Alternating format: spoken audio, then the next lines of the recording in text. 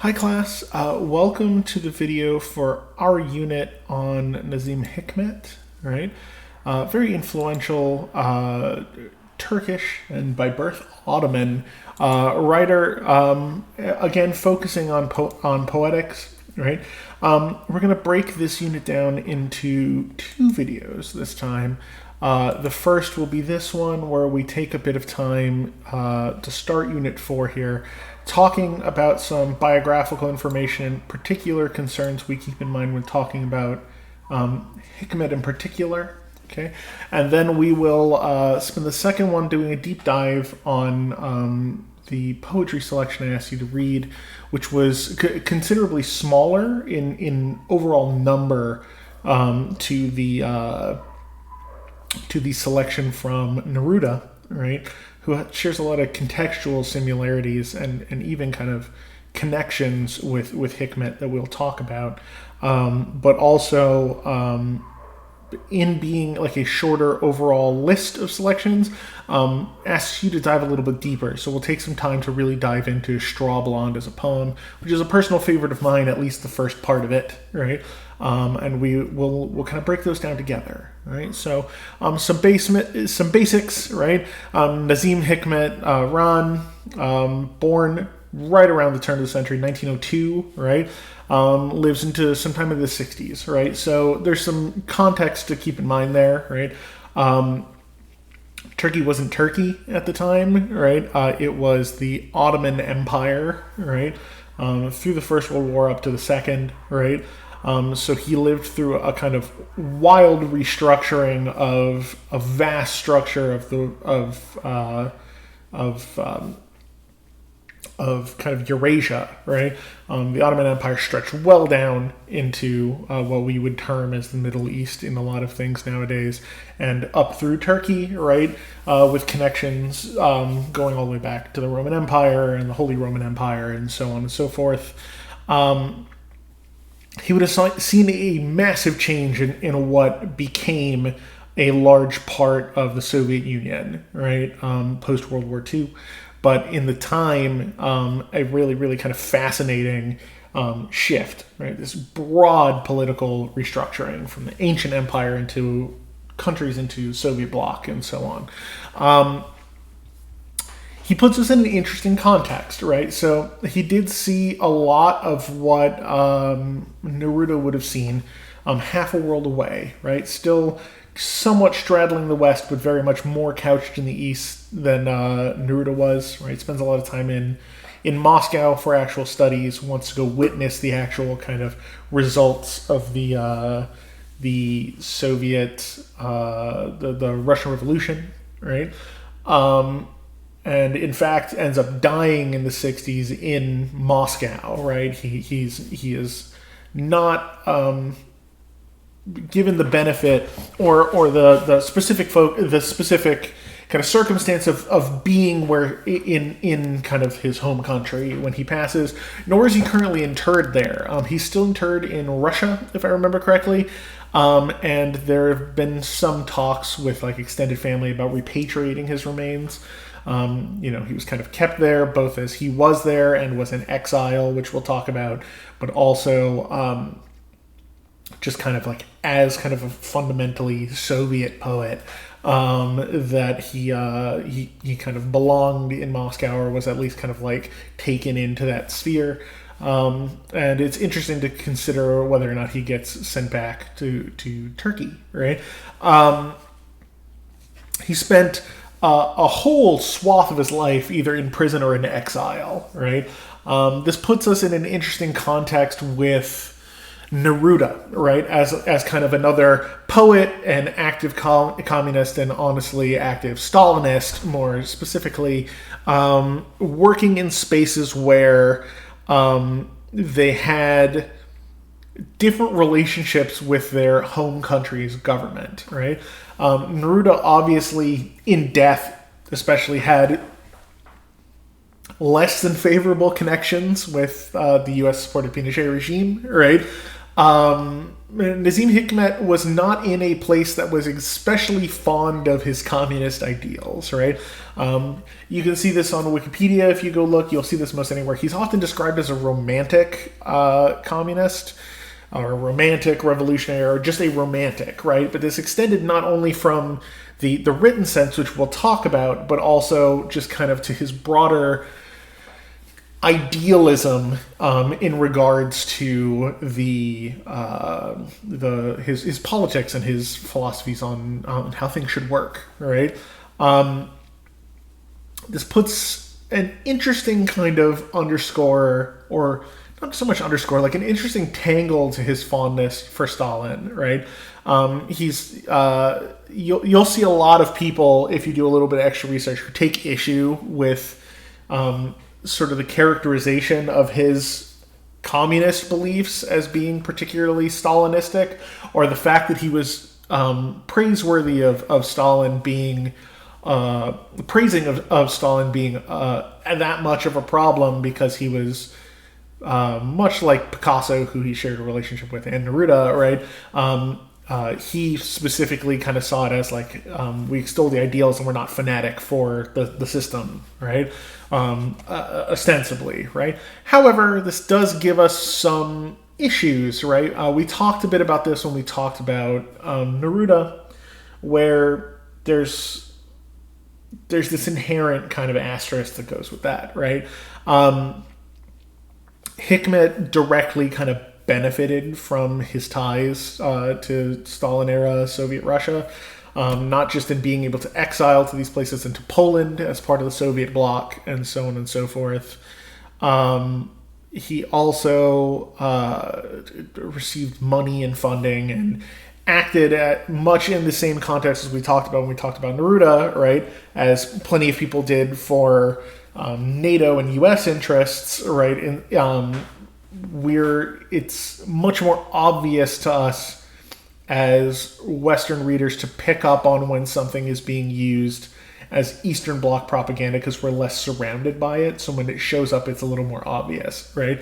And when he does it, he does it, right? Like he was, but different from Neruda is the fact that he was so close in proximity to these things, and lived in it, right? Which I think gives us a particularly interesting texture to that, right? Neruda being super big on Stalin from half a world away is weird, right? In some senses, just because it feels almost more,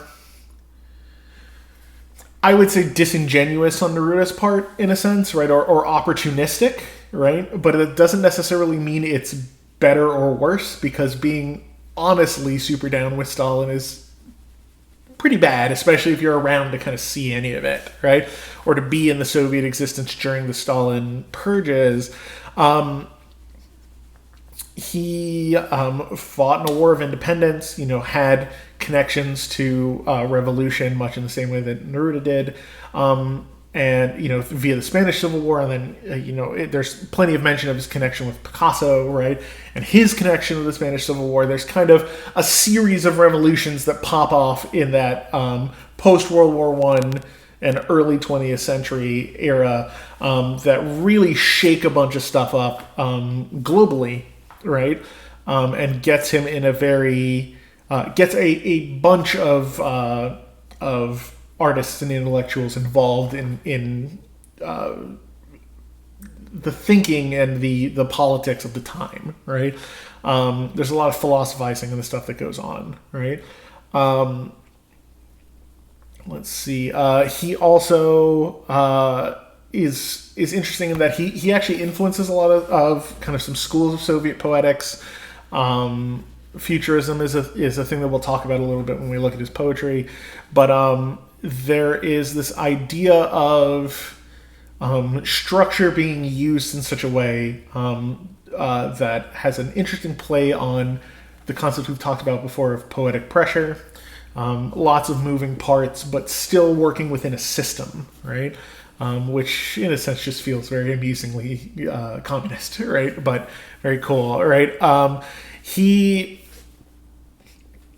again, was not well liked by the ruling powers that be in Turkey for his communist thought.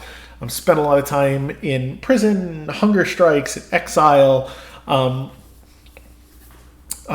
His imprisonment in the 40s even becomes kind of a big deal for international celebrities. You know, like if any of you guys remember, Jesus, like how many was this, like 5 years ago now, with that with Coney popping up all over the internet and everyone became super into it. Think that, right? Like it's the big celebrated cause that like all the upper echelon take onto themselves. Like, oh, we have to get Hikmet out of prison, right? And it's fascinating, right? To see how involved he was in that. And then it's interesting to contextualize that with his work, how much of his work kind of espouses ideals. And then I think the discussion becomes much more of an issue of, is his work espousing ideals, or is it praising or fanaticizing behind the system, right? And then we have those issues of, does it have the problem of, is the art diminished if we know it's a paid propaganda piece, even if it's a really well-made paid propaganda piece? It's your decision, right? I think I've made my thoughts on the matter pretty clear. I would actually say when we start talking about Straw Blonde in the next video, it's kind of indicative of the one that's the most tragic, in a sense to me, waste of a good poem on a very, very unfortunate decision, right? So interesting, right? His life is fascinating. His general kind of importance in a Soviet literary scape is very interesting, right? As a non-Russian, but still often published in Russian, published in in the Turkic language, right? And around about just having a very interesting connection to those spaces, even in a post-Stalin sense. And then how the nation of Turkey kind of grapples with so much of the upper echelon being very much against his politics, but also the country very much valuing his work, right? Being a Turkish poet when not necessarily connecting with the ruling elite, right? Which again is something that I think feels very Neruda, and I think a lot of the communist artists of the time were definitely running into, right?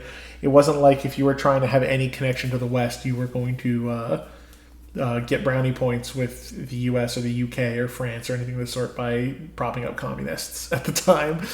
So they were very much kind of shunned, but also it was very in vogue for oftentimes European intellectuals to be super into this because you could make money and survive, right? Again, complicating factors. Knowing what people's particular price was with certain things is another issue entirely, right? He has a collected edition, which, if I remember correctly, is the first like Turkish language Soviet mandated publication of a work. It was published out of Bulgaria, if I remember correctly, because there's a Turkish minority group in Bulgaria. Interesting, right? You can find out a lot about his kind of general influence with some not terribly deep research. I do find it particularly interesting how much easier it is for us to find kind of detailed explanations of Neruda's exploits, right? And it does make me wonder how much of it is just a geographical concern, right? You know, Neruda was close to, this area of the world. There is a prevalence of Spanish speakers in this area of the world, so therefore Neruda kind of just pops up, right? It is more well documented on this side. Maybe this isn't the case when you hit Europe, and it's a lot easier to find out about Hikmet, right? Even more so moving closer and closer to Turkey. Who's to say, right? It's not something I have particular experience with, so I don't know, right? But I do find it interesting, right? And I know I've repeated that pretty regularly, but it really is the thing about him that I kind of come back to. I waffle back and forth over time on how I feel about him as an artist, right? But I think the kind of benchmark that I do keep coming back to is that he is interesting to think about, right? It is engaging to kind of look at his spectrum of existence, at his work, and just kind of think about its context and why, and what he is able to do, right? There are moves that I feel like he makes in the poems we'll look at that are bar none top tier of some of the most technical stuff in poetry. And it's even more wild to me to know that it's in translation, right? So a very brief overview, right? There's a lot of extra context we can go into, but I think we've treaded that ground pretty well with Neruda. And we're going to talk about it a little bit again in a slightly different context with our next reading, which is going to be Dulce Maria Loenaz out of Cuba, right? So more politics, communism, and exile, right? Which became a running under theme into this that I didn't expect going in, and then I realized there's a whole bunch of really interesting poets that are translated that also have the connections to not necessarily being involved in regimes that America was super stoked about for quite a while, right? And Cuba is particularly interesting to me just because of growing up in Miami, right? So we'll talk about her for the next unit. But for now, we'll stop this video. The next one's going to be a kind of deeper dive into Straw Blonde. We'll talk about some of the broader texture of that poem. It does a lot, right? I find it wildly fascinating and technically proficient for half of it. And we'll get into which half, if you couldn't guess, I would be quite surprised, right? But which half I think is the good part and which half is the tragedy. And we'll talk about why in the next video.